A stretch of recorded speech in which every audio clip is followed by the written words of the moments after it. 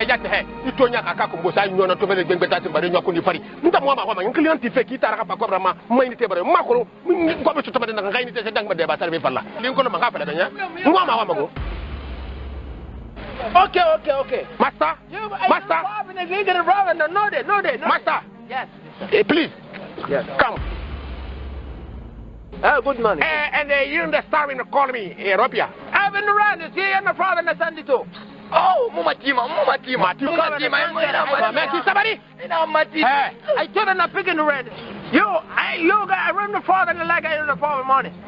You come back to Yeah. You have a Sandito. Yes, Mumatima. Allô, c'est vous, Sandito? S'il te plaît, mon frère, aide-moi à avoir un crédit, s'il te plaît. Notre crédit est fini. Il n'y a pas de l'argent ici. Tout de suite là. Sans plus de temps. D'accord, nous sommes en temps ici. Ni ma mère. Tiens, monsieur. Takio. Payana est un ago. Ma race se sourit, anglais nous se sourit dans mon sombre. Donc, Sandito a fini que Nassit Nana, opérateur Yoli l'Afrique B, est un homme unité de Sambadema. Plus vite. Toro yo munana ma fama ma fure kwasi de bara ko ba ba crédit la quoi algo ngan so la ngambara faga e mi so akle ma de na mbara faga han ya ni za rezo ba ina kelibiri woto ngo ga bora ay to nya ga yebe he sandi to wona ko lo e tanan fin de site da na mi mali ma crédit bela Europe nu Afrique tagi sandi to wontanara tout le temps vous êtes bravo vous êtes number 1 sandi to you get wrong on the far yes sandi to na ma. Vous vivez à l'étranger et vous souhaitez envoyer du crédit téléphonique à vos proches en Guinée, un seul intermédiaire, Sendito.fr.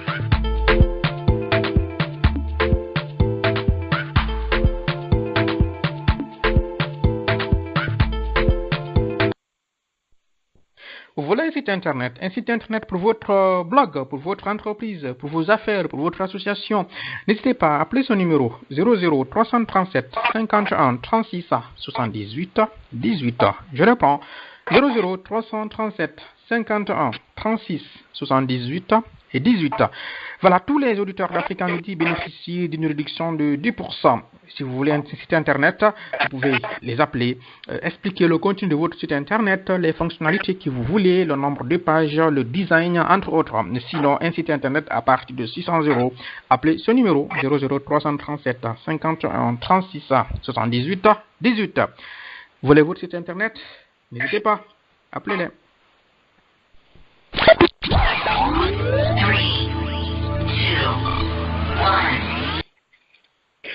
Bonsoir mes auditeurs, merci pour la fidélité. Vous êtes sur la radio Africa Midi dans l'émission Savoir et Comprendre. Nous sommes samedi 9 juin 2018 au micro Ibrahim Ahmed Ba. J'espère que vous passez un bon week-end. Ce soir, on a comme invité depuis la Guinée M. Youssouf Kamara. Il est membre du bureau exécutif national de l'UFDG, avec qui nous allons parler de la politique en Guinée et particulièrement du gouvernement Kassori Fofana. Qu'est-ce qu'il en pense, M. Kamara? M. Kamara, déjà connu par les auditeurs de Africa Midi, puisqu'il est passé plusieurs fois. Également, nous allons pouvoir aborder la crise électorale du côté de la République de Guinée. M. Kamara, si vous m'entendez, depuis Conakry. Bonsoir. Bonsoir, M. Ahmed. Bienvenue sur Africa Midi. Oui, ça va. Bienvenue sur Africa Midi. Merci beaucoup d'être là, d'avoir accepté cette invitation. Alors, beaucoup de questions à votre endroit. Je rappelle, nous sommes en direct sur africamidi.com. Pour ceux qui nous écoutent actuellement sur le site, si éventuellement vous voulez poser des questions, appuyez, cliquez simplement sur le micro, entrez votre prénom et validez. Voilà, ma auditeur. Je rappelle, de passage, la semaine prochaine, Africa Midi sera en congé à l'occasion de la fin du Ramadan, donc à l'occasion de la fête du mois du Ramadan. Nous reprendrons les émissions du Savoir et Comprendre samedi prochain. Ce sera les samedis et les dimanches à 21h du côté de la France, 19h du côté de Conakry. Allons-y à Conakry avec M. Kamara. M. Kamara, première question à votre endroit. Le gouvernement Kassori Fofana, d'abord le choix de M. Kassori comme Premier ministre. Vous, qu'est-ce que vous en pensez? Est-ce un plus par rapport au précédent Premier ministre? Une fois encore, je vous remercie de l'opportunité que vous m'offrez. La nomination de Kassori Fofana, selon nous, c'est un non-événement parce que ce n'est pas une première tentative. Il y a eu la tentative de 2012 lors de l'installation du bureau de l'Assemblée nationale. Il était convenu que Kassouri essaye de voter pour la mouvance pour permettre à Kori Kondiano de briguer la présidence. Au finish, le deal ne s'est pas bien passé. Kassouri s'est retrouvé dans l'escarcelle de l'opposition, une façon pour se venger du vieux. Et par après, il y a eu réconciliation. Il est revenu autour de la table. Mais je sais que cette question de Premier ministre était une obsession pour l'homme. Je ne sais pas qu'est-ce qu'il aura peut-être en termes de CV, en termes de parcours. Il a tenu à être Premier ministre. Mais nous savons aussi que cette nomination vient au lendemain d'un deal que nous avons tous connu. C'est l'absorption de son parti, le GPT, par le RPG Arc-en-Ciel. Donc, on voit que c'est quelque chose qui n'est pas guidé par une forte conviction. On aurait voulu qu'il soit choisi en fonction de ses compétences et de son intégrité et sans aucune condition à demander la part du parti au pouvoir. Mais ce n'a pas été le cas. Et les gens se posent bel et bien la question quelle est l'opportunité du choix de Kassouri, parce que il peut pas. Il était déjà dans ce gouvernement en sa qualité de ministre chargé des investissements publics privés et il n'a pas apporté assez de choses. Je crois qu'en tant que PM, nous restons sceptiques puisqu'il est Premier ministre, il n'est pas véritable chef de gouvernement, puisqu'il est Premier ministre d'un homme, d'un président qui veut faire son travail et celui du dernier planton de l'administration. Et je crois que ces marges de manœuvre seront réduites. Donc la Kassouri n'apportera pas grand-chose. Ça n'apportera pas grand-chose. Vous dites quelle est l'opportunité d'avoir Kassouri à la primature, et vous dites qu'on aurait dû lui proposer, lui confier cette tâche en fonction de ses compétences. J'ai envie de poser la question. Kassouri, il n'est pas compétent, à votre avis? Non, il est compétent. C'est qu'on ne remet pas en cause la compétence et l'expérience. Mais puisque cette nomination a été guidée par un deal politique qui a vu la disparition de son parti, ou en d'autres termes, le parti vampire RPG s'est nourri du sang du GPT pour la disparition du GPT, c'est que ce qui étonne plus d'un, c'est de voir qu'à 2 ans de la fin de mandature du président actuel, qu'un leader politique qui a créé un parti politique depuis 10 ans essaye de diluer son parti dans le RPG juste pour être Premier ministre. On n'a pas tellement apprécié cette opportunité. Alors, attention, parce qu'à ce niveau, ça c'est vous qui le dites, M. Camara, pardon, mais on a reçu ici l'ancien vice-président du GPT, en l'occurrence Soriso, qui nous a assuré et insisté dessus qu'il ne s'agit pas d'un deal, que ce n'était pas pour le poste de Premier ministre. Donc, cette fusion. Non, pendant tout ce temps, non, je m'inscris en faute. Pendant tout ce temps, Kassouri se battait pour être PM. Depuis au temps de Monsef Fofana, nous connaissons un peu l'histoire, nous sommes dans ce pays, personne ne peut nous berner. Et de surcroît, ce qui est extrêmement grave, il n'y a pas eu de la consultation des militants du GPT pour prendre cette décision de dissoudre le GPT dans le RPG.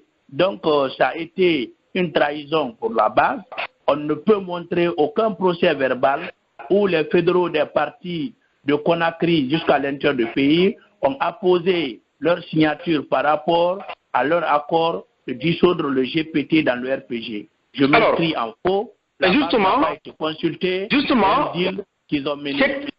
Cette question aussi, on a eu aussi la réponse du GPT par rapport à cette question qui nous a dit clairement que ce n'était pas nécessaire à leurs yeux de faire appel à une assemblée générale, à un congrès, j'allais dire. Hein. Donc c'était le bureau exécutif, que le bureau exécutif avait ce pouvoir.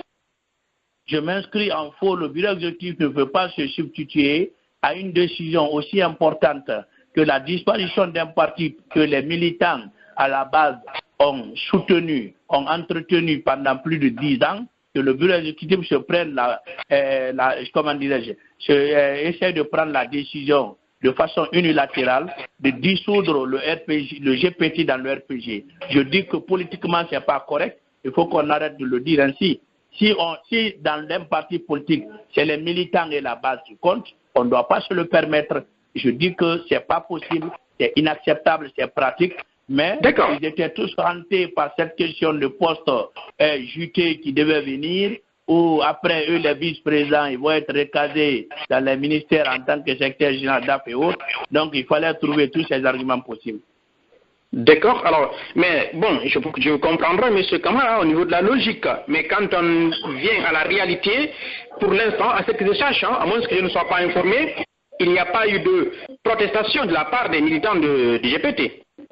Pas du tout, pas du tout, pas du tout. Ce qui constitue une très haute trahison de leur part, parce qu'il y a des décisions qu'on pourrait prendre, le bureau exécutif est limité dans la prise d'un certain nombre de décisions, je m'excuse, mais par rapport à la disparition du parti, c'est inacceptable que la base ne soit consultée, parce qu'on fait la politique pour la base.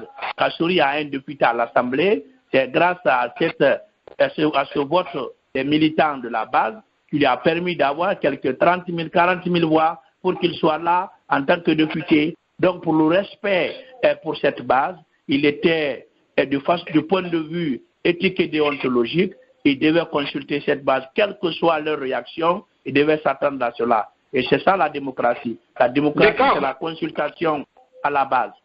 Mais pour l'instant, on a l'impression que la base est d'accord avec cette décision, même si elle n'a pas été consultée. Non, la base n'est pas d'accord, dans ce sens que déjà bien avant l'arrivée, Kassouri était à l'agonie. Il faut que je vous rappelle pour la petite histoire que les dernières élections de 2013, Kassouri a présenté une liste nationale de 76 députés. Il a présenté des députés, des candidats uninominaux dans une vingtaine de circonscriptions électorales. Kassouri a été réfléchi au plus fort reste. Donc, du point de vue poids électoral, c'est un parti qui n'existait pas. Les dernières élections communales, à Matam où nous sommes, là où j'étais candidat également en tant que conseiller élu, sur les 40 000 votants de Matam, Kassouri qui se revendique, entre parenthèses, parti leader en Basse-Guinée, dans le Matam, on connaît que c'est une zone foncièrement basse-côte, Kassouri n'a eu que 833 voix. L'UFDG a eu plus de 14, sur les 40 000 personnes, on a eu 9 800 et quelques voix. Vous voyez la différence entre les deux. Donc, tout qu'on fait, c'était un parti qui était à l'agonie. Kassouri n'avait pas autre choix politique que de sauver les meubles. Donc, il était question de dire non, il faudrait que, puisque mon rêve d'être Premier ministre, c'est une obsession, même s'il faut fondre mon parti dans le RPG, pour que l'histoire de la Guinée retienne que j'ai été Premier ministre. C'est tout. Alors, pour vous, c'était une obsession d'être Premier ministre pour Kassouri Fofana? Oui, c'était juste une obsession, hein, je dis. C'était juste une obsession. Mais pour quelle raison? Pourquoi être obsédé à tel point, hein, alors qu'il brigue normalement pour le poste de président? Mais n'oubliez pas, les collègues directs de Kassouri, les Dalel, les Sidia l'ont été, les Kouyaté l'ont été. Donc, quand il voit, lui, en tant que grand gérant, plus de 40 ans d'expérience dans l'administration, il a brigué presque à toutes les fonctions ministérielles. C'est la seule fonction qui lui restait. Donc, vouloir sacrifier son parti juste pour accéder à ce poste, c'est pourquoi je me dis que c'est une obsession. C'est pour des questions de rivalité qui existent déjà, entre parenthèses, cette grande promotion des anciennes. Donc, c'est un peu cela. Hein. D'accord. Alors, pour revenir au gouvernement. Oui, justement. Au-delà de l'aspect politique, vous avez dit qu'il est compétent au moins. Justement, au niveau du... C'est un cadre compétent que nous connaissons. Sur la question d'intégrité et ce que nous savons sur la moralité, il n'est pas aussi blanche comme neige. Parce que Kassouri, dans ce pays, nous avons suivi son départ de la Guinée et son divorce avait compté dans les années 2000. Nous savons qu'il y a beaucoup de choses qui ont été dites. Moi, je ne suis pas de ces gens qui tombent dans les préjugés. Je souhaiterais que si Paul ou Pierre est accusé de tel ou de tel dossier, que les le prouvent en toute objectivité, que les gens soient mis devant leurs responsabilités. Donc, en ce qui concerne... Mais pour l'instant, ce n'est pas le cas pour Kassouri. Vous êtes d'accord? Pour le moment, jusqu'à preuve le contraire, il n'y a pas eu des ardoises sur lui et on lui concède cette question de présomption d'innocence. Ceci dit très clairement ma vision sur le gouvernement. là aussi je l'affirme haut et fort, que ce gouvernement n'est pas le choix de Kassouri. Il n'est pas le choix de Kassouri, parce qu'on estimait que, comme le prévoit la Constitution, que le Premier ministre doit d'abord décliner la structure gouvernementale, et ensuite le choix des ministres lui revient, puisque c'est prévu dans la Constitution que le Premier ministre, par l'article 46, doit nommer à toutes les fonctions civiles et administratives. Donc, pourquoi je dis que ce gouvernement n'est pas pour Kassouri? Pour 3 raisons. La première raison, dans le contexte économique dans lequel nous vivons, on n'a pas besoin d'un gouvernement pléthorique. On ne peut pas vouloir de quelque chose son contraire. On a tous crié le dernier passage du FMI et de la Banque mondiale. On a exprimé que tous les indicateurs étaient au rouge. Il y avait d'abord le Trésor public, la Banque centrale devait au Trésor public plus de 2000 milliards. Il y avait eu des dépenses extra-budgétaires qui s'élevaient dans les 800 milliards. Donc, il y avait eu assez de manquements par rapport aux engagements tenus vis-à-vis du FMI. Donc, les régies financières, il y avait une faiblesse des recettes. Cela s'explique clairement parce que les recettes ont passé par là, les campagnes électorales étaient présentes. Donc, les responsables des régies financières, les ministres, les gouverneurs, tous les commis de l'État étaient des financiers du parti au pouvoir pour leur permettre d'avoir la majorité écrasante pendant les communales. Donc, ceci dit très clairement, c'est inexplicable qu'un économiste à la trame de Kassouri, moi je ne suis pas économiste, je suis sociologue.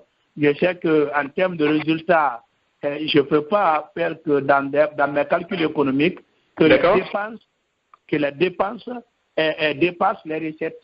Dès que les dépenses dépassent les recettes, nous avons affaire à un budget déséquilibré parce que j'ai l'expérience du vote du budget et j'ai été 2 ans en membre du CNT qui a fait l'office de l'Assemblée nationale.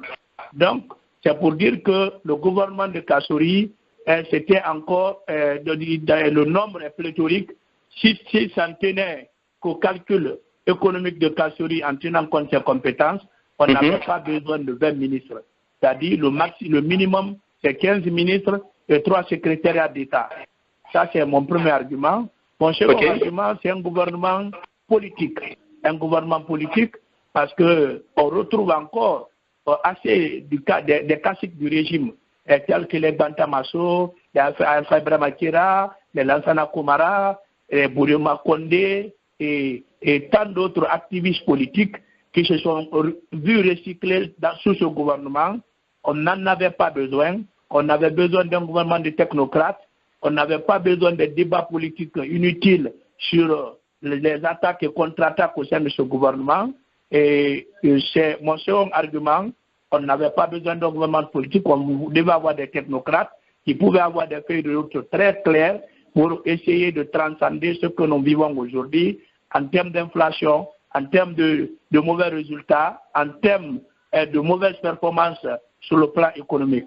Mon troisième argument, c'est le fait que ce gouvernement, ce n'est pas un gouvernement de changement, parce qu'on sait qu'en réalité, on ne peut pas faire du neuf en recyclant du vieux.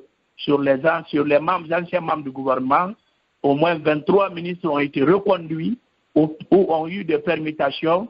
Donc, il n'y a eu que 11 ministres qui ont été limogés. Et aujourd'hui, parmi ces 11 ministres, la moitié sont en train d'être reconduits dans un gouvernement bis, d'où on parle de ministres d'État conseillers à la présidence. Là aussi, l'économie va souffrir parce que chaque ministre conseiller a droit à un véhicule 4x4 et il a 200 litres de carburant, je ne sais pas, par semaine, par mois. C'est l'argent du contribuable. Il a droit à des primes, il a droit à des frais de mission. Donc, si vous prenez le gouvernement de Kassouri plus le gouvernement bis de Sectoria, nous allons dans les 85-90 ministres. Je sais que les États-Unis qui ont 300 millions d'habitants n'ont pas plus de 15 ministres. La Chine qui a plus d'1 milliard d'habitants n'a pas plus de 30 ministres. Donc c'est pour vous dire que c'est la récréation qui continue. Alors, je voudrais bien que vous développez un peu. Vous dites que 80-90 ministres, vous êtes sûr de vos chiffres, M. Camara? Le gouvernement au total? En ce que je cherche, depuis qu'Alpha Condé est là, en tenant compte de ce nombre de ministres conseillers, plus ce qu'on est en train d'ajouter, parce que n'oubliez pas qu'on a même des Sénégalais ici qui sont ministres conseillers, il y a un certain Pape Diouf qui est dedans. On a d'autres Burkinabés qui sont là, il y a les Siaka Touré, l'Ivoirienne qui sont tous nommés à la présidence. Je dis, je persiste. Mais et qui ne sont pas guinéens, et qui ne sont pas guinéens, qui n'ont pas la nationalité guinéenne, qui ne sont pas guinéens. Donc, c'est pour vous dire que nous avoisinons les 85-90 ministres, en ce que je cherche. Parce que des ministres, on tous les jours, hier encore, il n'y a pas plus qu'hier, il y a Marc Yombono qui vient d'être repêché, Damantan a été repêché, Abdourahmane qu'on a enlevé à la santé, on a envoyé un vieux fatigué de 78 en 80 ans, a été repêché, la dame Diena Bouba de l'environnement a été repêchée, il y a d'autres listes, les Kabelé et autres restes. Donc c'est ça, c'est-à-dire ce type de gouvernement, c'est vraiment de la comédie, c'est de dire aux autres non, quittez à la table, vous avez trop mangé de la viande, vous avez pris assez du lait, donc il faut que vous reveniez sur les bancs de touche. Les bancs de touche, vous allez vous reposer, vous allez vraiment... Voilà, c'est un peu comme ça, ça ressemble à ça. D'accord. Moi, je voudrais poser une question. Concrètement, M. Camara, honnêtement aussi, au-delà de l'aspect politique, à supposer que Kassory, qu'on ne lui colle pas un gouvernement politique comme vous le dites, un gouvernement pléthorique comme vous le dites, mais qu'on lui colle un gouvernement de changement, auriez-vous entièrement confiance à Kassory pour élever notre économie? Honnêtement, si ces conditions-là ont été réunies, je suis sûr et certain, compte tenu des relations, de l'expérience que l'homme a et la volonté qui l'anime, parce que n'oubliez pas que Kassory n'a pas signé peut-être son décret de mort. Elle a besoin de convaincre les Guinéens, même sans le GPT, en tenant compte des résultats qu'il allait avoir, et pouvait se redonner une autre santé politique en tenant compte des résultats qui seront obtenus à partir de ce gouvernement. Je suis sûr et certain, avec la volonté qui anime l'homme, si on n'impose pas un gouvernement aussi pléthorique politique et un gouvernement là où il y a assez de conflits de compétences, il allait s'en sortir. D'accord. Est-ce que vous voyez Kassory en 2020 pour se présenter au niveau du RPG Arc-en-Ciel?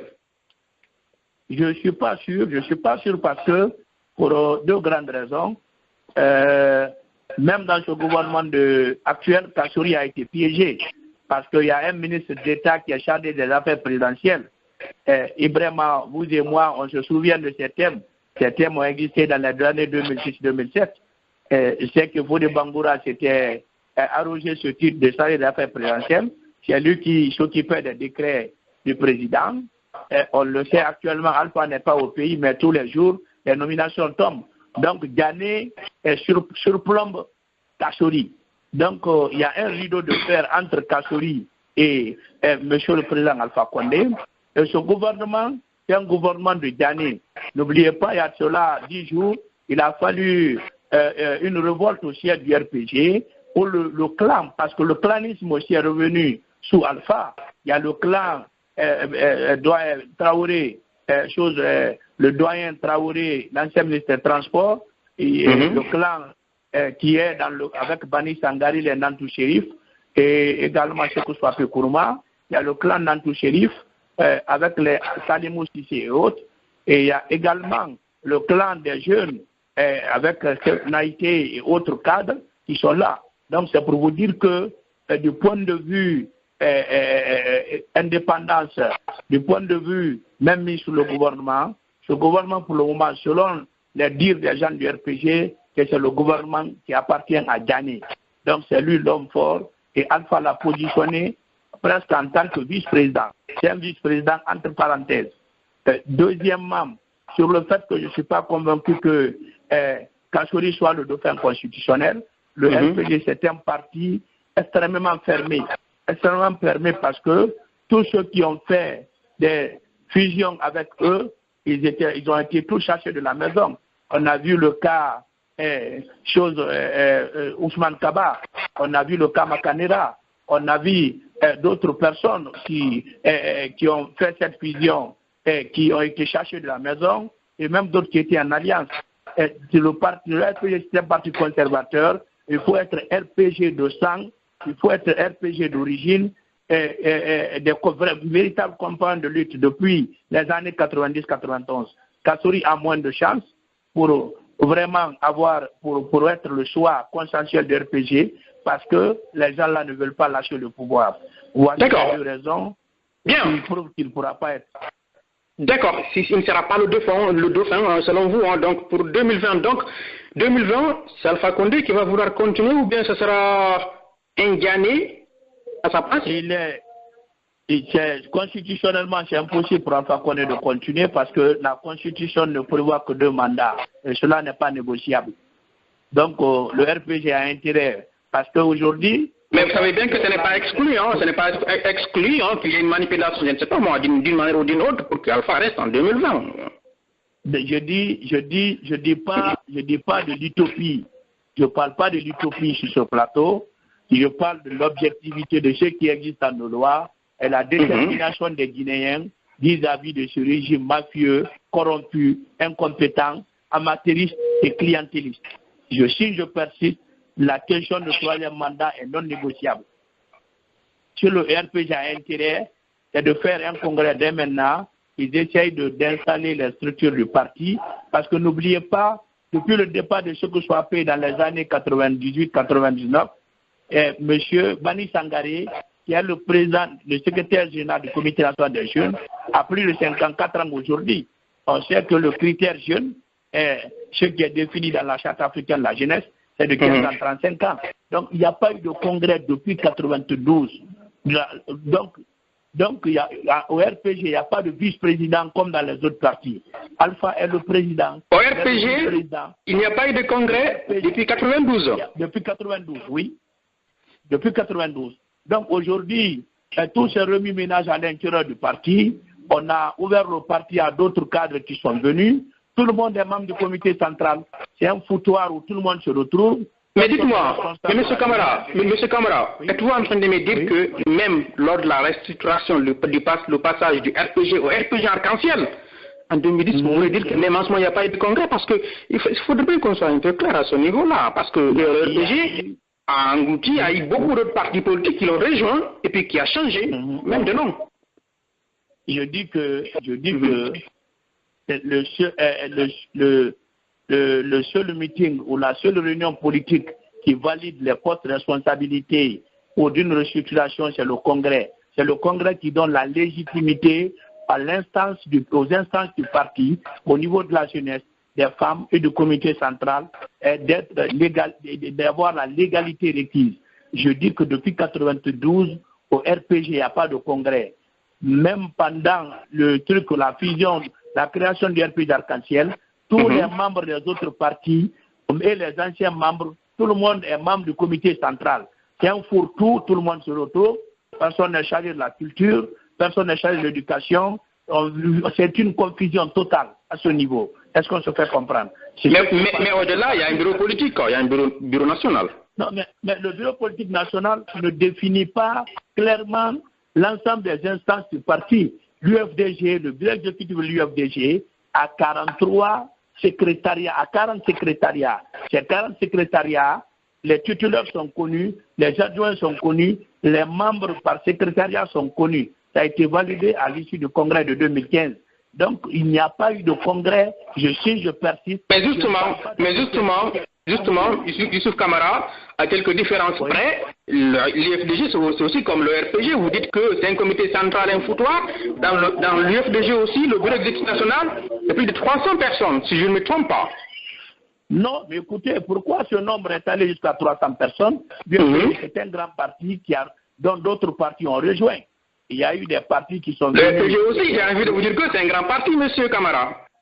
Oui, c'est un très grand parti. Là, c'est pas dans les verbes, c'est pas dans le débat, parce que l'UFDG est l'un des plus grands partis installés sur l'ensemble du territoire national. Donc, sur l'ensemble des 243 communes, nous avons présenté dans les listes dans les 225. Donc, presque sur l'ensemble du territoire national. Et les dernières élections présidentielles, en tenant compte de la répartition des délégations spéciales, sur les 224 délégations spéciales qui ont été installées en tenant compte de la proportionnalité des voix obtenues, l'UFDG a plus de 217. Donc, c'est pour vous dire que nous avons une représentation nationale la plus large possible.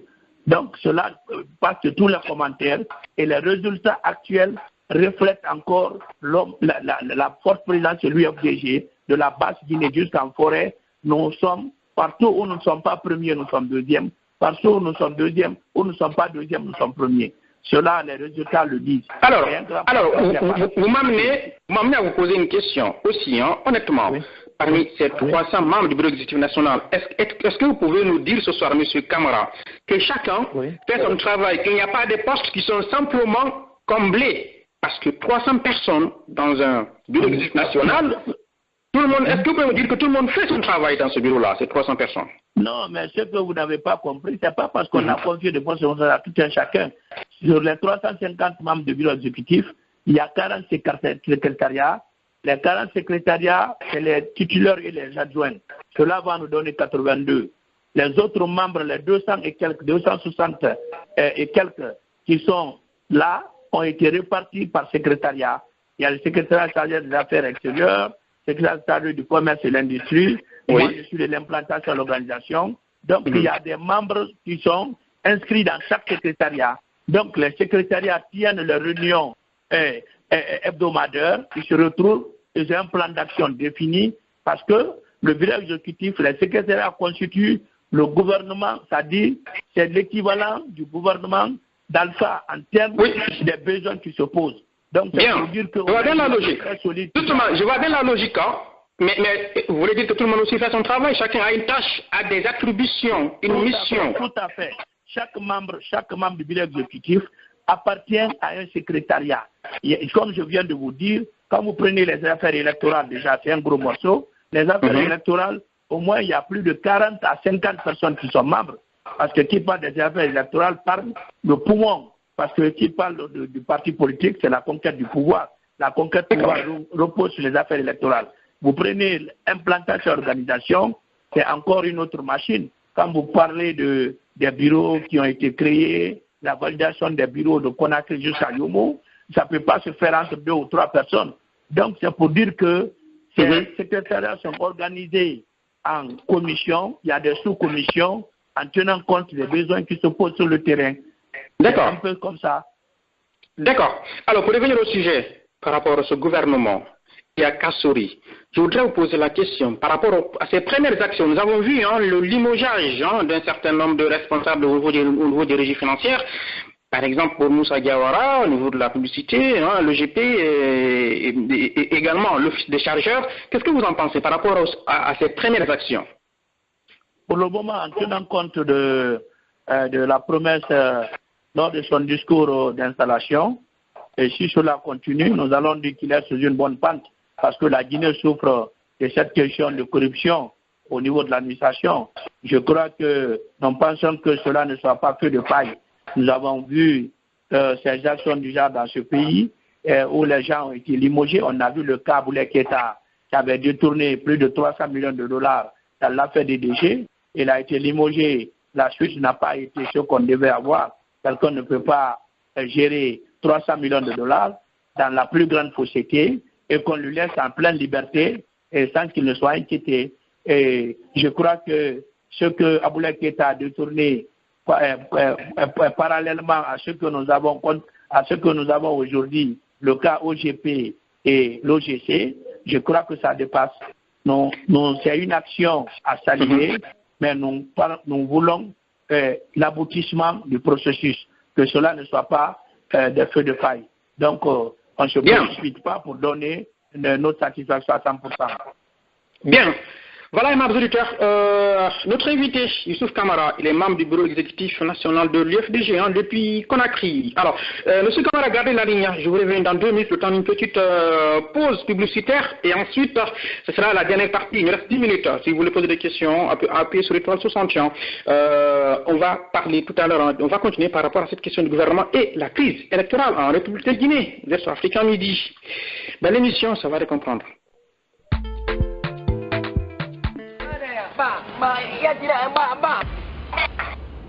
jate he itonya aka ko bosa nyo na to bele gbengbe ta bare nyo ko ni pari nta mo ma ngi client ti fe ki ta ka pa ma mai ke bare ma ko ko be to bade na ngai ni te dang ba de ba sarbe falla ni ko no ma ka fa da nya mo ma go okay master master please come. Good morning. You understand in calling me Robia? I've been around this here and the father and the son. Oh, Mumatima. Somebody? I should have not picking the red. I run the father and like I the father morning. You come back. Yeah. You have a Sandito. Yes, sir. Mumatima.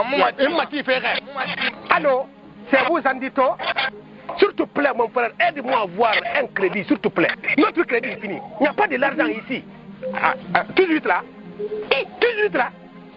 Sans plus de temps. D'accord, nous sommes en temps ici. Ni ma mère. Tiens, monsieur. Thank you. Poyana est un nago. Ma race se sourit, anglais nous se sourit dans mon sombo. Donc, Sandito a fini que nous sommes nana. Opérateur Yoli a fait et un homme unité de Sambadema. Toro mo na ma fa ma ba credit la kwa algo nganso la ngambara e me so ra ma de na mbara ba ha ya ni za ga zo ba ina ke wo to ngo ga bora ai to nya ga ye be he Sandito wona ko lo e tanan fin de ko sitra na ga mi ma li ma credit vera Europe no Afrique ta Sandito wontanara tout le temps vous êtes bravo vous êtes number 1 Sandito you get wrong on the phone yes Sandito na ma. Vous vivez à l'étranger et vous souhaitez envoyer du crédit téléphonique à vos proches en Guinée, un seul intermédiaire, Sendito.fr.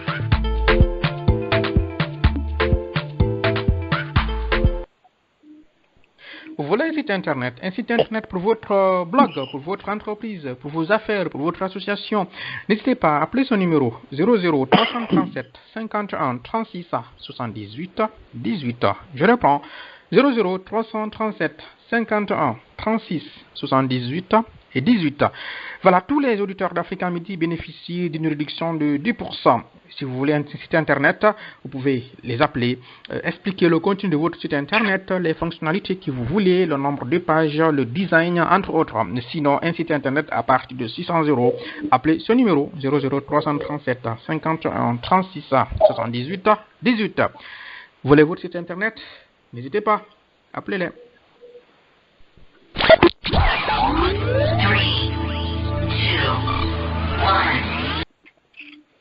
De retour sur Africa Midi dans l'émission Savoir comprendre de ce 79 juin 2018. Je rappelle les auditeurs de passage, la semaine prochaine nous serons en congé à l'occasion de la fête de mois de Ramadan.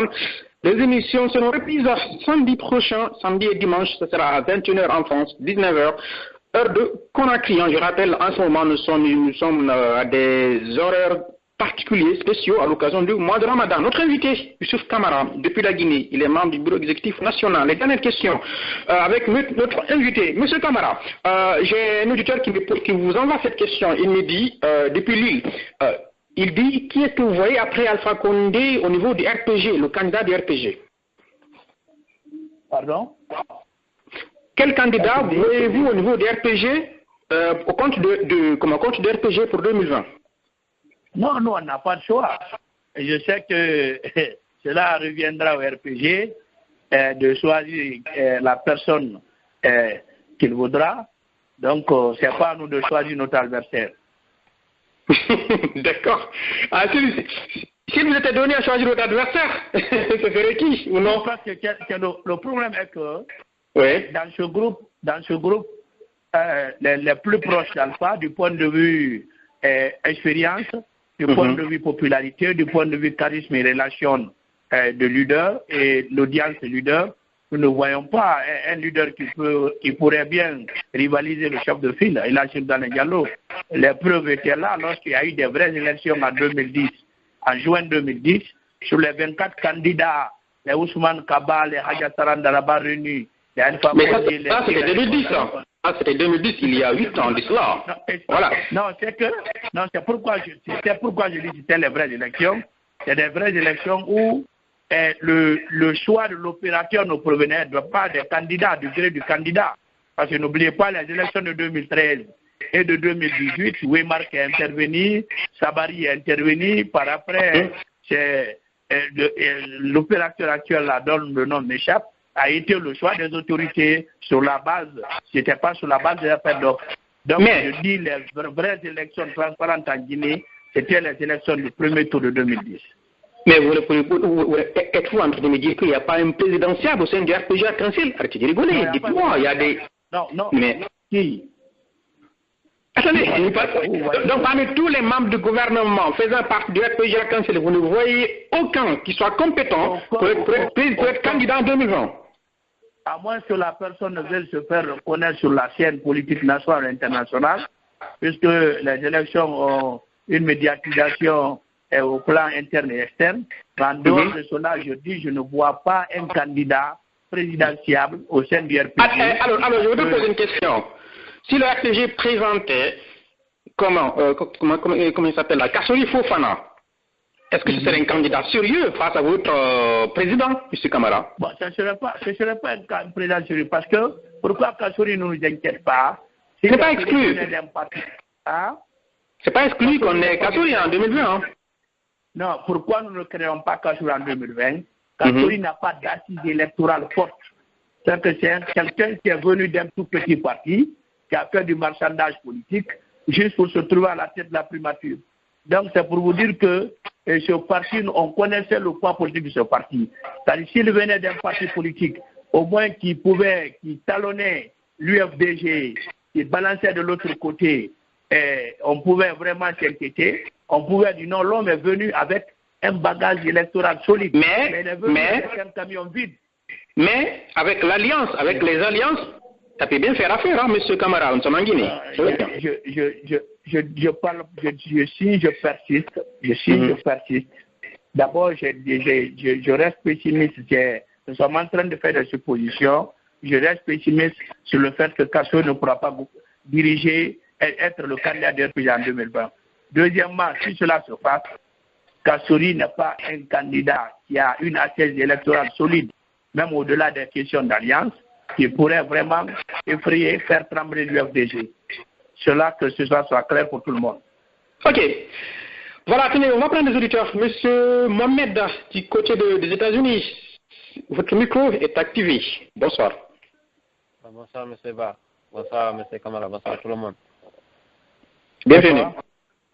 Ok, merci. Merci, M. Ba. Merci à M. Kamala. Vraiment, je sais que vous êtes un grand combattant de la démocratie. C'est pas facile d'être dans l'opposition et puis toujours rester ferme sur sa ligne de conduite. Vraiment, on vous remercie. J'ai une seule question à vous poser, parce que tout ce que vous faites, moi je suis à travers la radio en Guinée, il paraît que vous étiez là-bas hier ou avant-hier, je vous ai suivi.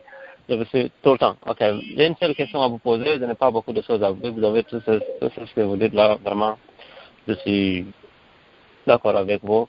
À travers les assemblées générales du parti, pourquoi vous ne organisez pas, même si ce n'est pas chaque samedi ou bien une fois par mois, laissez les militants poser des questions au président pour que le président puisse comprendre quelles sont les frustrations des militants, pourquoi pour poser le président des questions, les différentes questions. Pourquoi vous n'organisez pas ces choses pareilles dans les assemblées générales, même si c'est une fois par mois ou bien une fois par 2 mois. Dialoguer avec le président, intéressant. Oui, M. Camara. Youssou Camara, est-ce que je ne l'ai pas... écoutez, M. je l'ai perdu entre-temps. Voilà, donc je suis désolé, il est parti. Attendons son retour, comme ça pour pouvoir répondre à votre question, M. Ba. D'accord. Voilà, merci. Merci. Voilà, merci beaucoup, Monsieur Bamomed, du côté des États-Unis. Je rappelle les auditeurs, je profite de l'occasion pour rappeler, à partir du samedi prochain, ce samedi qui arrive là, le week-end qui arrive là, nous serons en congé au niveau de l'Afrique en midi. Et le week-end prochain, les émissions reprennent à l'heure habituelle, c'est-à-dire à 21h en France. 19h du côté des Conakry, je crois que c'est 15h du côté de New York. Voilà, mes auditeurs.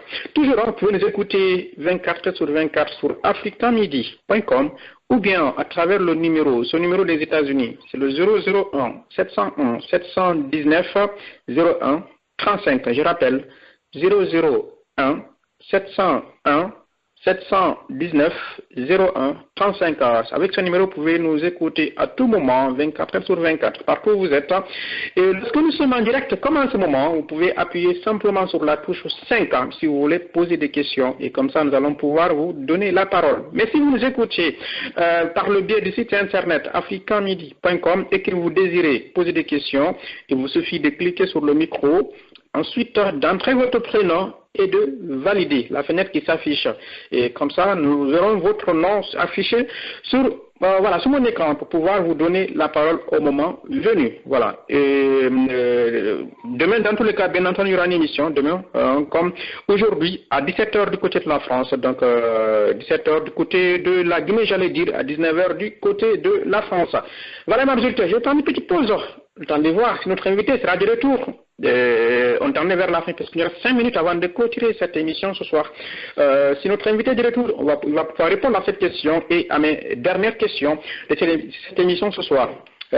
Sinon, ça sera pour demain dans l'émission, ça va les comprendre. Gardez l'écoute, je vous reviens dans quelques secondes.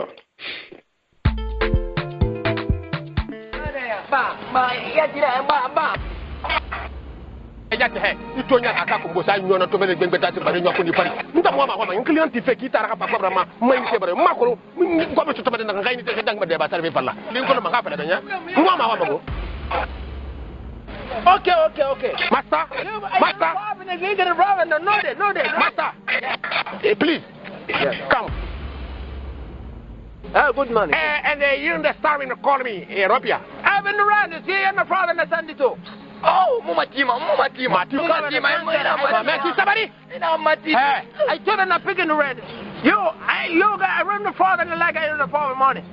Yo, Kabakudu. Yeah. Yeah, and Sandy too. Yes, Mumatima. Allô, c'est vous, Sandito? S'il te plaît, mon frère, aide-moi à avoir un crédit, s'il te plaît. Notre crédit est fini. Il n'y a pas de l'argent ici. Tout de suite là.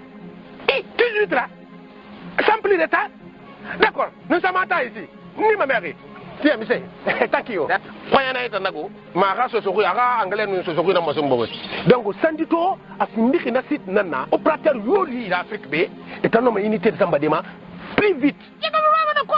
Toro yo munana ma fama ne ma fure kwasi e bara ko bara ba e ba credit ra kwa algo ngan so ko la ngam bara faga e me so akale ma de na bara faga han ya ni za ga zo ba ina kelibiri woto ngo ga fora ay to nya ga yebe he sandi to wona ko lo e tanan fin de ko sitra na kam mi mali ma credit vera Europe nu Afrique tagi sandi to wontanara tout le temps vous êtes bravo vous êtes number 1 sandi to you gonna wrong on the far yes sandi to na ma.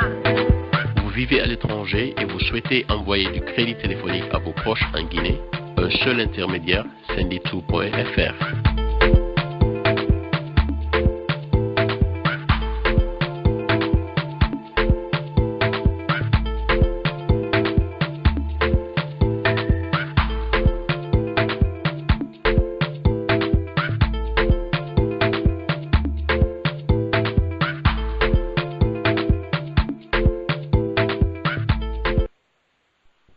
Vous voulez un site internet pour votre blog, pour votre entreprise, pour vos affaires, pour votre association.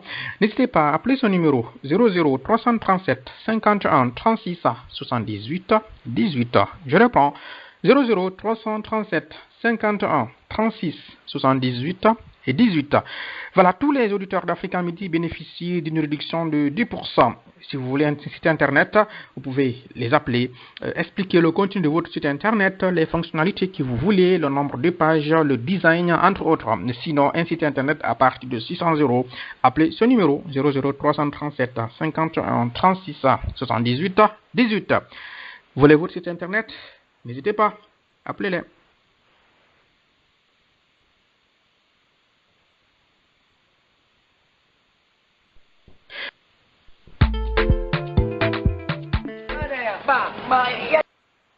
Il faut que cela cesse. Nous avertissons tout le monde. Nous sommes contre aucun parti. Nous sommes contre personne. Nous sommes...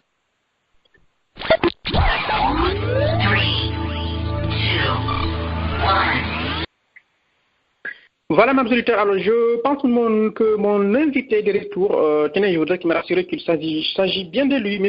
Camara, depuis la Guinée. Est-ce que c'est bien vous, Youssouf Camara? Oui, je suis là, Ahmed, je suis là. Parfait, parfait. Alors, je voulais trouver. Alors, on tend vers la fin. Il reste 5 minutes maximum. Alors, M. Mohamed posait la question tout à l'heure. Une fois, vous l'avez déjà suivi, je crois. Oui, il disait, la communication s'est interrompue, vous pouvez m'aider? Ok, alors il demandait pourquoi vous ne proposerez pas au niveau des assemblées générales de l'UFDG qu'il y ait possibilité que les militants puissent poser des questions directement à votre président, qu'il y ait un dialogue. Oui, c'est vrai. Vous savez, quand vous avez une assemblée générale qui pourra réunir 2000 à 3000 personnes, et on connaît un peu le président Cellou Dalein, compte tenu de l'influence qu'il a, des personnes qui traînent derrière, et quand il faut instaurer directement ce genre de trucs, ça ne va pas être aussi facile, parce que l'Assemblée générale se fait sous un programme très précis, de 2 heures de temps, maximum 3 heures. Si vous dites de donner la parole à plus de 1000 à 2000 personnes, je crois que c'est surréaliste. Cela n'est pas possible. Mais par contre, il y a d'autres réunions du bureau exécutif, du conseil politique, où les responsables qui représentent les fédérations et autres peuvent poser directement des questions au président du parti. Donc, l'autre option, on a un peu décentralisé au niveau des fédérations. Les réunions de fédération, les militants à la base peuvent poser la question, peuvent poser leurs inquiétudes au responsable fédéral, qui participe immédiatement au bureau exécutif, qui est capable de reposer la même question au président du parti. Les réunions du mercredi en retour, il peut venir faire la restitution. C'est un peu comme ça. D'accord. Ok. Alors, tenez, mes dernières questions, je parlais de la crise électorale, M. Camara. Où est-ce qu'on en est aujourd'hui? La dernière fois, la veille de Ramadan, lors de la dernière plénière, il a été décidé que le chef de l'opposition va négocier, échanger avec les partenaires techniques et financiers. Concrètement, M. Camara, où est-ce qu'on en est? Est-ce qu'il y a une solution à ce problème? La seule solution à ce problème, c'est de demander à la CENI d'accepter de dire les vrais résultats issus des urnes. Regardez, je vais vous donner, je suis candidat maintenant à la conseil élu conformément aux derniers résultats définitifs donnés par la CENI. À Matam, sur les personnes, sur les bureaux de vote inscrits à Matam, nous avons 421 bureaux de vote. Sur les 421 bureaux de vote, ils ont annulé 85 bureaux de vote. Avec nos calculs, l'annulation des 85 bureaux de vote a fait perdre 5600 voix à l'UFDG, selon les calculs des procès-verbaux que nous avons comptabilisés. 5600 voix. Déjà, nous sortons dans un processus où le taux de suffrage et le taux de participation étaient relativement faibles. Si vous vous permettez, en violation de l'article 137 du Code électoral, de faire annuler des procès-verbaux par le président de CACB, c'est une violation de la loi. Ce que les gens n'ont pas compris, nous on ne demande pas de la mer à boire, nous demandons à ce que les procès-verbaux écartés soient recomptés, qu'on ajoute à nos voix. Parce qu'aucune loi n'autorise le président du CACB à annuler le vote d'un Guinéen, même d'un seul Guinéen. Donc c'est une question de principe. Deuxièmement, nous demandons à ce que, puisque nous avons les preuves, parce qu'on dit juridiquement dans les procédures de type accusatoire, il appartient à celui qui accuse d'apporter les preuves, nous avons les preuves de tout ce que nous avons sur nos mains. On demande à ce que, cette fois-ci, ils ont l'habitude de le faire, de confisquer le vote des Guinéens. Cette fois-ci, on ne se laissera pas faire. Il faudrait que tout soit clair. Si on va installer des délégations en 2018, 2019, ça c'est eux qui connaissent. Nous réclamons nos voix qui nous sont chères. Donc, pour le là, c'est la seule solution d'après nous. Mais d'accord, mais vous dites que bon, selon la loi n'autorise pas la CENI, si j'ai bien compris, annuler les votes. Exactement. Oui, mais justement, mais vous savez aussi que la loi, c'est la même loi électorale aussi qui dit que le tribunal de première instance locale est le dernier recours. Ben, je suis d'accord, mais le tribunal de première instance a statué sur des résultats qui ont fait d'abord l'objet de violation. Donc le tribunal ne doit pas statuer sans se référer au respect du code électoral. Donc on a saisi le tribunal avec des preuves à l'appui, avec des vols, des procès-verbaux écartés. Le rôle du tribunal, c'était de rétablir cela. Donc le tribunal n'a fait que le jeu du pouvoir. Donc cela est inacceptable. Il ne faut pas que cette corruption... Mais vous êtes d'accord aussi que... Vous êtes d'accord que si on revient encore à raconter les voix, à revenir encore sur les résultats qui ont été affichés, validés entre guillemets par le tribunal de première instance, c'est aussi aller à l'encontre de la loi qui lui donne la possibilité, la prérogative d'être au dernier recours. Au lieu qu'on a de violation en violation, nous demandons tout humblement. De toute façon, le chef de l'État même a pris la mesure, a demandé à la CENI de convoquer les preneurs des CHV. Si nous amenons des preuves irréfutables de ce qui a été écarté, qu'on le remet, c'est aussi facile. On a entendu la proposition de la mouvance qui dit non, il faut refaire les élections dans les autres circonscriptions. Déjà, la CENI qui fait des élections, on ne la fait pas confiance. Nous demandons le départ de cette CENI. On ne la fait plus confiance. Deuxièmement, financièrement, il n'y a pas un budget qui a été prévu pour ces circonstances. Donc, le peu d'élections que vous avez organisé n'a pas été crédible et transparent. Vous croyez que nous sommes aussi bêtes qu'on va vous organiser d'autres mascarades plus graves pour encore toujours essayer de dramatiser la situation? Est-ce que vous pensez qu'on peut trouver une solution à ça finalement après ce Ramadan ou bien plutôt on tend vers un blocage? On espère, on a reçu M. Kassouri Fofana qui est venu exprimer sa volonté de renouer le dialogue. Conformément à la Constitution, son article 58, qui lui fait de lui notre interlocuteur dans le cadre du dialogue et à la fois politique et social avec la CGM. Donc nous attendons de voir. Il a demandé à ce que un mémorandum soit fait à cet effet pour que le cadre de dialogue s'ouvre le plus vite que possible. Donc on ne se réjouit pas, mais nous restons vigilants et nous allons juger Kassouri au mot. C'est aussi ça, aux actes, c'est aussi simple que cela. D'accord. Bien. Monsieur Camara, ma dernière question. Par rapport à Kassouri, je voudrais poser une question, puisque vous avez reconnu, il est compétent. Kassouri a supposé qu'il soit président de la Guinée. Aurez-vous confiance en lui pour développer la Guinée? Honnêtement, sans parler de politique, monsieur Camara. En tant que bon Guinéen, si les Guinéens accordent dans leur majorité leur suffrage à Kassouri, en tant que Guinéen, je resterai en tant que démocrate derrière la décision des Guinéens. C'est aussi simple que cela.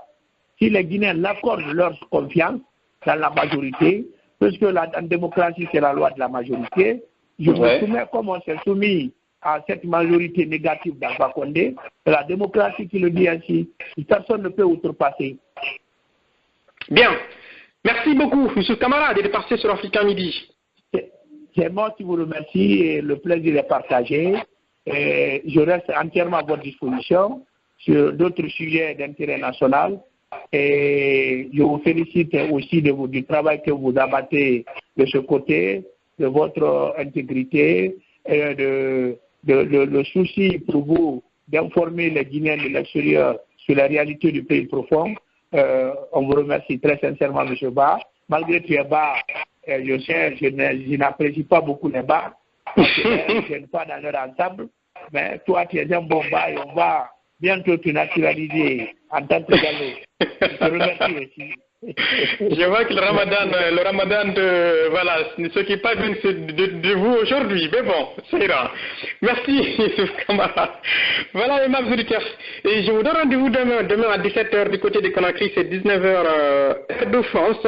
Dans l'émission, ça va les comprendre. Entre-temps, restez à l'écoute sur Africa Midi, c'est africamidi.com. Et je rappelle encore une fois, donc le week-end prochain, il n'y aura pas d'émission parce que nous serons en vacances, en congé à l'occasion de la fête du mois de Ramadan, et la reprise des émissions, ce sera pour le week-end qui va suivre à 21h en France, 19h à Conakry. C'est 15h du côté de New York. Bonsoir chez vous.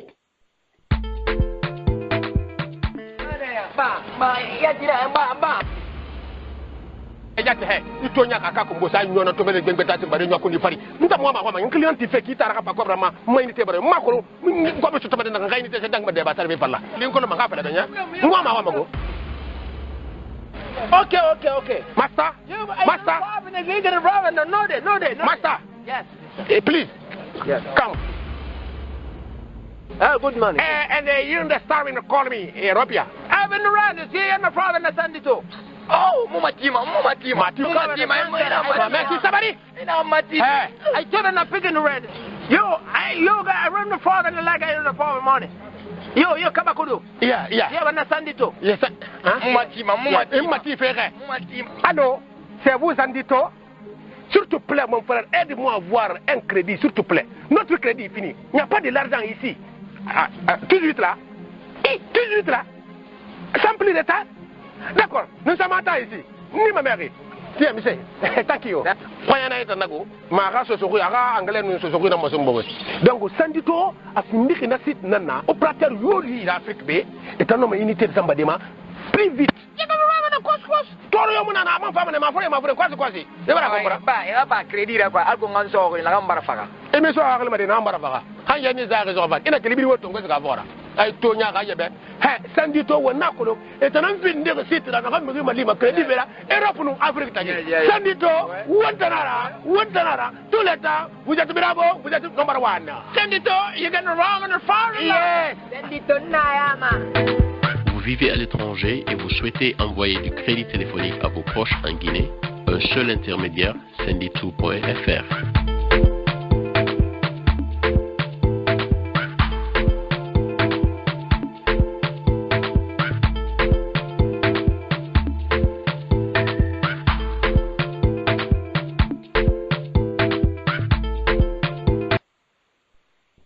Vous voulez un site internet pour votre blog, pour votre entreprise, pour vos affaires, pour votre association.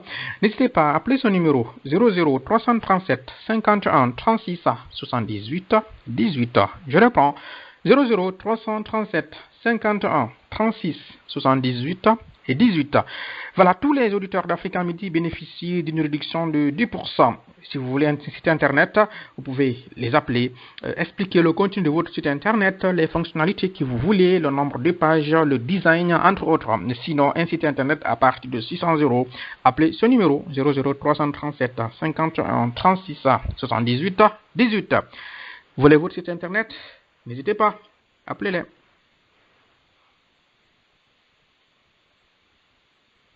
Il faut que c'est la sieste. Nous avertissons tout le monde. Nous ne sommes contre aucun parti. Nous ne sommes contre personne. Nous sommes au-dessus des partis aujourd'hui, en ce jour. Mais nous avertissons aussi que nous nous battrons contre qui que tu sois qui n'agit pas bien pour l'intérêt du peuple de la Guinée. Ce qui s'est passé en Libye avant 2011, la Libye avait un président qui était bien, qui était panafricaniste et tout ça. Et nous savons très bien aussi que cette intervention il y a une résolution au niveau de l'ONU, il n'était pas dit il fallait évincer Kadhafi, mais c'était pas ça, mais ça a été complètement dénaturé. Voilà, au lieu de nous appeler, n'est-ce pas, et discuter avec nous, ils nous traitent, n'est-ce pas, de sauvages, n'est-ce pas, de bêtes sauvages, n'est-ce pas, de rebelles. Au lieu de nous appeler. Ces rebelles-là constituent aujourd'hui l'ensemble des anciens de la République de Guinée, ça ne travaille pas en Guinée, et ils disent que nous sommes des rebelles. Ils invitent les centrales qui n'ont aucune représentativité au niveau, n'est-ce pas, de la base, surtout de l'éducation. D'accord. Je vais rapidement vous dire tout ce que les gens disent, Alpha Condé est le meilleur politicien en Guinée, c'est faux. Moi, je vous le dis, et je le persiste et je vous donne des exemples. Parce que moi, j'ai vu Alpha Condé venir au pouvoir, ce n'est pas quelqu'un qui m'a raconté. Alpha Condé, pour sa première participation aux élections, il était autour de 25%. Et là aussi, il a bénéficié d'un concours de circonstances. Il est venu au moment où les Malinqués se sentaient complètement écartés du pouvoir et même lésés dans leurs droits par rapport au coup d'État du 4-5 juillet, le coup d'Ara. Il s'est porté comme un Moïse pour sauver la communauté mandingue. C'est pas lui qui a fait le coup. Il a bénéficié d'un concours de circonstances, c'est tout. Mais cette élection-là, il a eu 25%. Il a été deuxième. En 1998, il a été troisième. Il n'a même pas eu 20%. En 2010, il n'a même pas eu 20%, il a eu 18%, il n'y avait même pas un président candidat. Mais après, il a été élu au second, tour. C'est ce qui. Oui, il a été élu au second tour. Mais la force du RPG, c'était les 18%. Sa force, c'est lui. Il y a eu d'autres réalités qui ont fait qu'il a été élu au second tour. Et là, si vous voulez, on peut... Ça même peut être l'objet d'un autre débat. Exactement, j'imagine. Si je prends Selouda Diallo, de toutes les consultations, il est autour de 30%, en dépit de tout le vote. On peut comparer le parcours des deux. C'est notre première participation à l'élection présidentielle, il gagne 43%, parce qu'il n'y avait pas un président. Deuxième participation, il y a un président avec tout ce qu'on connaît. Ce qui se passe, d'abord les législatives, il a 37 députés. Il a plus de députés que Mamadou Siradi et Alpha Condé en 95. On vient là-bas, après, on passe à l'élection présidentielle de 2015. Il est autour de 30% encore. On vient aux élections locales. Lui seul, il bat l'alliance RPG Arc-en-Ciel à Conakry. Quel est l'opposant qui a fait ça? C'est ce qu'on appelle maire politicien. C'est pas que vous êtes au pouvoir, vous avez l'administration avec... Donc conclusion, si je vous suis bien, monsieur le ministre. Oui. Alors, si je vous suis bien, le maire politicien en Guinée aujourd'hui, c'est Selouda Diallo. Est-ce que c'est bien ça? Mais absolument. Mais le maire politicien, c'est par rapport à ta représentation sur le plan national. C'est ça le maire politicien. D'accord, j'ai envie de poser la question oui. En faisant le lien avec ce que vous avez dit sur Alpha Condé. Vous avez dit qu'en 93 ans, il a eu 25% parce qu'il a eu